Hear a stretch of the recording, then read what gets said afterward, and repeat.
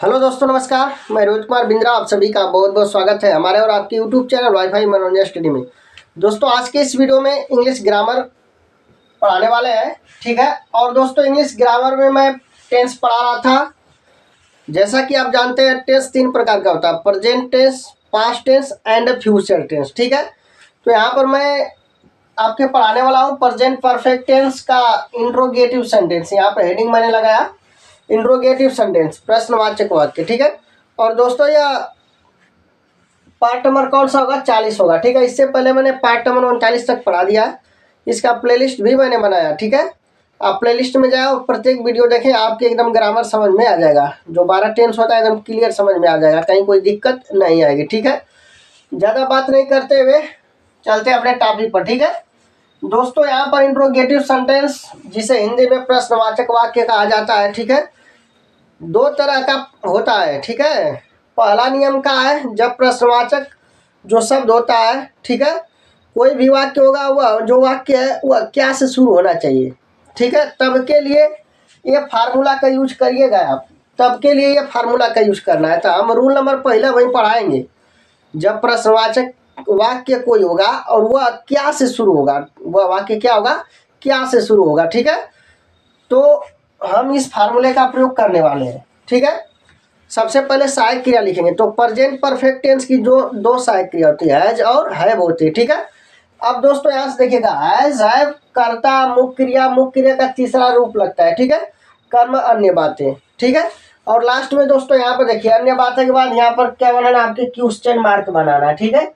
मतलब प्रश्नवाचक चिन्ह लास्ट में आपके बनाना है, ठीक है।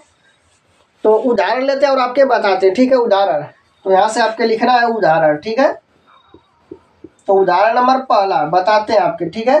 फर्स्ट नंबर में उदाहरण नंबर पहला। तो उदाहरण नंबर पहला यहाँ पर लिखेंगे, क्या तुमने, ठीक है, क्या तुमने, क्या तुमने, सॉरी क्या उसने, क्या उसने अपनी गाय बेच दी है? क्या उसने अपनी गाय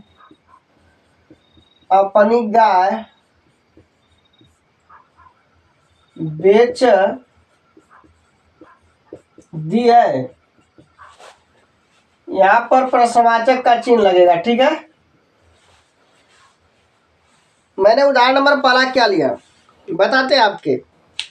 उदाहरण पहला मैंने लिया दोस्तों, यहाँ पर क्या उसने अपनी गाय बेच दी है, ठीक है। किस प्रकार बनेगा बताते हैं। सबसे पहले क्या का मीनिंग नहीं लिख रहा है, डायरेक्ट आपके हैज या हैव का प्रयोग करना है, ठीक है। यहाँ पे उसने, तो उसने की जो अंग्रेजी होगी वह, उदाहरण नंबर पहला, क्या उसने अपनी गाय बेच दी है, ठीक है। तो सबसे पहले यहाँ पर देखा जाए तो जो वाक्य हुआ क्या से शुरू है, तो हम सहायक क्रिया का प्रयोग करेंगे। सबसे पहले सहायक क्रिया हैज लिखेंगे, ठीक है, हैज। अब दोस्तों, यहाँ पर उसने का जो अंग्रेजी आपके लिखना है, ठीक है, यहाँ पर ही लिखना है। ये माने क्या होगा? उसने, ठीक है दोस्तों। कर्ता हो गया। मुख्य क्रिया कौन सा रूप लगाएंगे? तीसरा रूप, बेचना। सेल माने बेचना होता है, लेकिन उसका तीसरा रूप क्या होता है दोस्तों, हम आपके बताएंगे, ठीक है। तो हैज ही, सेल माने बेचना होता है, लेकिन उसका तीसरा रूप सोल्ड होता है दोस्तों। क्या लिखेंगे यहाँ पर? ही हैज सोल्ड, ठीक है। और अपनी गाय हिज काऊ, COW, ठीक है, क्वेश्चन मार्क। क्या उसने अपनी गाय बेच दी है? इसका अंग्रेजी बनेगा दोस्तों, has he sold his cow. Clear हुआ ना? बात समझ में आपके आ रही होगी। नोट कर सकते हैं। उदाहरण नंबर दूसरा लेते हैं और आपके बताते हैं। तो उदाहरण नंबर दूसरा सबसे पहले लिखते हैं, इसके बाद आपके बताएंगे, ठीक है। उदाहरण नंबर दूसरा, क्या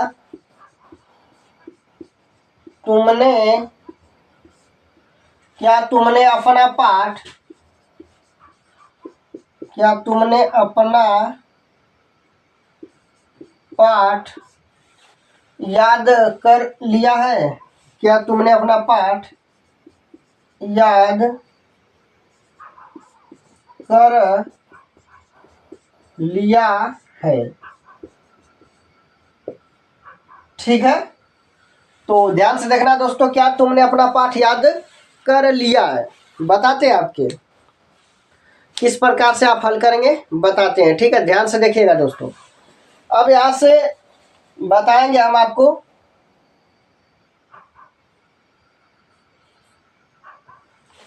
क्या तुमने अपना पाठ याद कर लिया। ठीक है, तो सबसे पहले यहाँ पर क्या मीनिंग नहीं लिखना, सहायक क्रिया से स्टार्ट करना है। तो तुमने, तो यहाँ पर बहुवचन है इसलिए यहाँ पर हम हैव का प्रयोग करेंगे। किसका प्रयोग करेंगे? हैव का। सहायक क्रिया का प्रयोग इसके बाद करता यू हो जाएगा। यू माने क्या होगा दोस्तों? तुमने।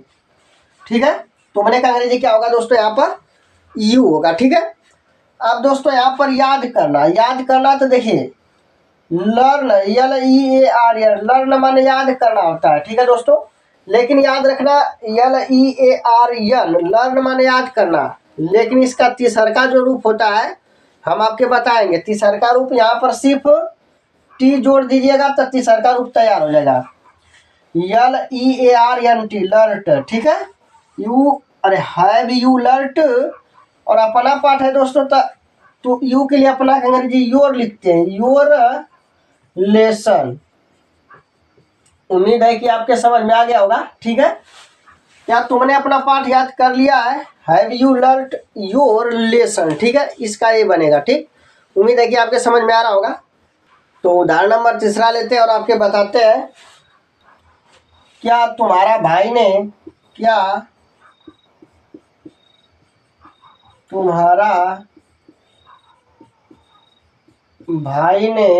तुम्हारा भाई ने अपना कार्य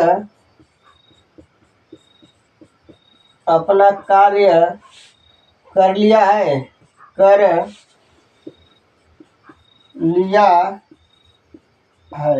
ठीक है दोस्तों, ध्यान से देखिएगा। क्या तुम्हारा भाई ने अपना कार्य कर लिया? ठीक है, तो इसकी अंग्रेजी बनेगी दोस्तों तुम्हारा भाई, यहाँ पर हैज लगेगा। ठीक है, हैज योर ब्रदर, BROTHER।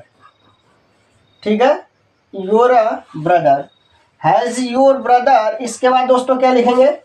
कार्य करना का होता है डू, लेकिन दोस्तों ध्यान से देखिएगा, डू माने करना होता है यहाँ, लेकिन डू का हम क्या लगाएंगे? डन लगाएंगे, DO यानी डन। ठीक है, तो यहाँ पर लिखेंगे DO यानी डन। ठीक है, डन। इसके बाद अपना कार्य तो हिज वर्क, WRK। ठीक है, तो उम्मीद है कि आपके समझ में आ रहा होगा। Has your brother done his work, इसका अंग्रेजी बनेगा। ठीक है, अब उदाहरण नंबर चौथा लेते हैं और आपके बताते हैं क्या मिस्टर दास ने इस स्कूल में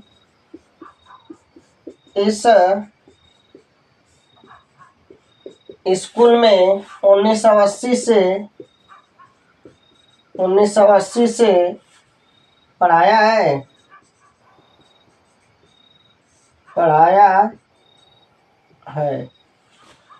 क्या मिस्टर दास ने इस स्कूल में 1980 से पढ़ाया है? ठीक है, इसकी अंग्रेजी क्या बनेगी दोस्तों? ध्यान से देखिएगा, लिखेंगे हैज मिस्टर। ठीक, हैज मिस्टर दास, DASS, दास। ठीक है, और पढ़ाया है तो टीच माने पढ़ाना, लेकिन तीसरा रूप टाट होता है TAUGST। ठीक है दोस्तों, TAUGST, टाट। इन दिस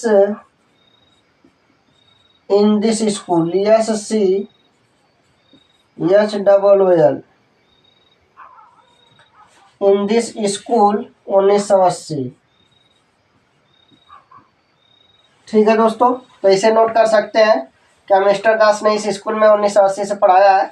इसकी अंग्रेजी बनेगी has mister Das start in this school 1980। ठीक है, तो उम्मीद करता हूँ कि आज का यह प्रेजेंट परफेक्ट टेंस का जो इंट्रोगेटिव सेंटेंस है, रूल नंबर पहला जो मैंने बताया, आपके समझ में आया होगा दोस्तों।